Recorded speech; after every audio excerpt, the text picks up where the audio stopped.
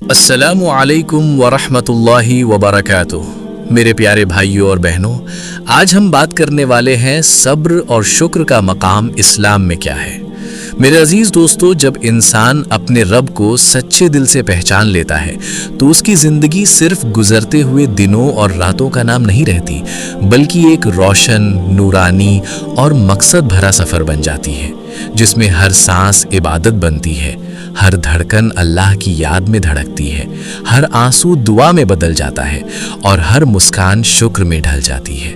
اور پھر اس کی پوری زندگی دو عظیم صفتوں صبر اور شکر کے درمیان ایک ایسا خوبصورت توازن بنا لیتی ہے جو اسے دنیا کی ہر پریشانی میں سکون دیتا ہے اور آخرت میں ہمیشہ کی کامیابی کا ذریعہ بنتا ہے۔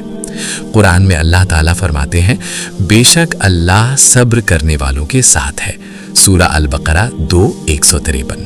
یعنی صبر صرف تکلیف سہ لینے کا نام نہیں، بلکہ دل میں ایسا اٹل اور گہرا یقین پیدا کرنا ہے جو ہر طوفان، ہر اندھیرے اور ہر مشکل کے بیچ بھی یہ کہے کہ میرا رب مجھے دیکھ رہا ہے، میری ہر آہ کو سن رہا ہے اور میرے لیے وہی فیصلہ کر رہا ہے جو میرے حق میں بہتر ہے۔ صبر یہ ہے کہ انسان ٹوٹے مگر بکھرے نہیں، روئے مگر شکایت نہ کرے، حالات کے آگے جھکے نہیں بلکہ سجدے میں اور جھک جائے، گناہ کے راستے سے خود کو روک لے اور ہر درد میں اپنے رب کی طرف اور زیادہ قریب ہو جائے۔ جب انسان اپنے سب سے کمزور لمحوں میں بھی یہ کہے، یا اللہ میں تجھ سے راضی ہوں اور مجھے تیرے ہر فیصلے پر پورا بھروسہ ہے، تو یہی وہ مقام ہے جہاں صبر انسان کو اندر سے اتنا مضبوط بنا دیتا ہے کہ دنیا کی کوئی طاقت اسے ہلا نہیں سکتی۔ اور شکر صرف الحمدللہ کہہ دینے تک سیمت نہیں، بلکہ دل کی گہرائیوں سے ہر نعمت کو پہچاننا، اسے اپنے رب کی عطا سمجھنا، اس کی قدر کرنا اور ان نعمتوں کو اسی کی راہ میں استعمال کرنا ہے، چاہے وہ ایک سانس ہو، ایک نبھالا ہو، ایک چھوٹا سا لمحہ ہو یا بڑی سے بڑی کامیابی۔ ہر چیز میں اپنے رب کی رحمت کو محسوس کرنا ہی اصلی شکر ہے، کیونکہ اللہ تعالیٰ فرماتے ہیں، اگر تم شکر کرو گے تو میں تمہیں اور دوں گا، سورہ ابراہیم 14:7۔ یعنی جو بندہ سچے دل سے شکر ادا کرتا ہے، اس کے لیے نعمتوں کے دروازے بند نہیں ہوتے بلکہ اور زیادہ کھلتے چلے جاتے ہیں، اس کی زندگی میں برکت آتی ہے، دل میں سکون اترتا ہے اور اس کا رشتہ اپنے رب سے اور مضبوط ہوتا چلا جاتا ہے۔ یہی گہری سچائی پروفٹ محمد صلی اللہ علیہ وسلم نے اس طرح بیان فرمائی کہ مومن کا ہر معاملہ خیر سے بھرا ہوتا ہے، اگر اسے خوشی ملتی ہے تو وہ شکر کرتا ہے اور اگر اسے غم ملتا ہے تو وہ صبر کرتا ہے، اور دونوں ہی حالتوں میں اس کے لیے بھلائی ہی بھلائی ہوتی ہے۔ یعنی ایک سچا مومن کبھی گھاٹے میں نہیں رہتا۔ جب تمہاری زندگی میں مشکلیں آئیں، جب دل ٹوٹ جائے، جب لوگ ساتھ چھوڑ دیں، جب حالات سمجھ میں نہ آئے، جب ہر طرف اندھیرا محسوس ہو، جب تمہیں لگے کہ اب کوئی راستہ نہیں بچا،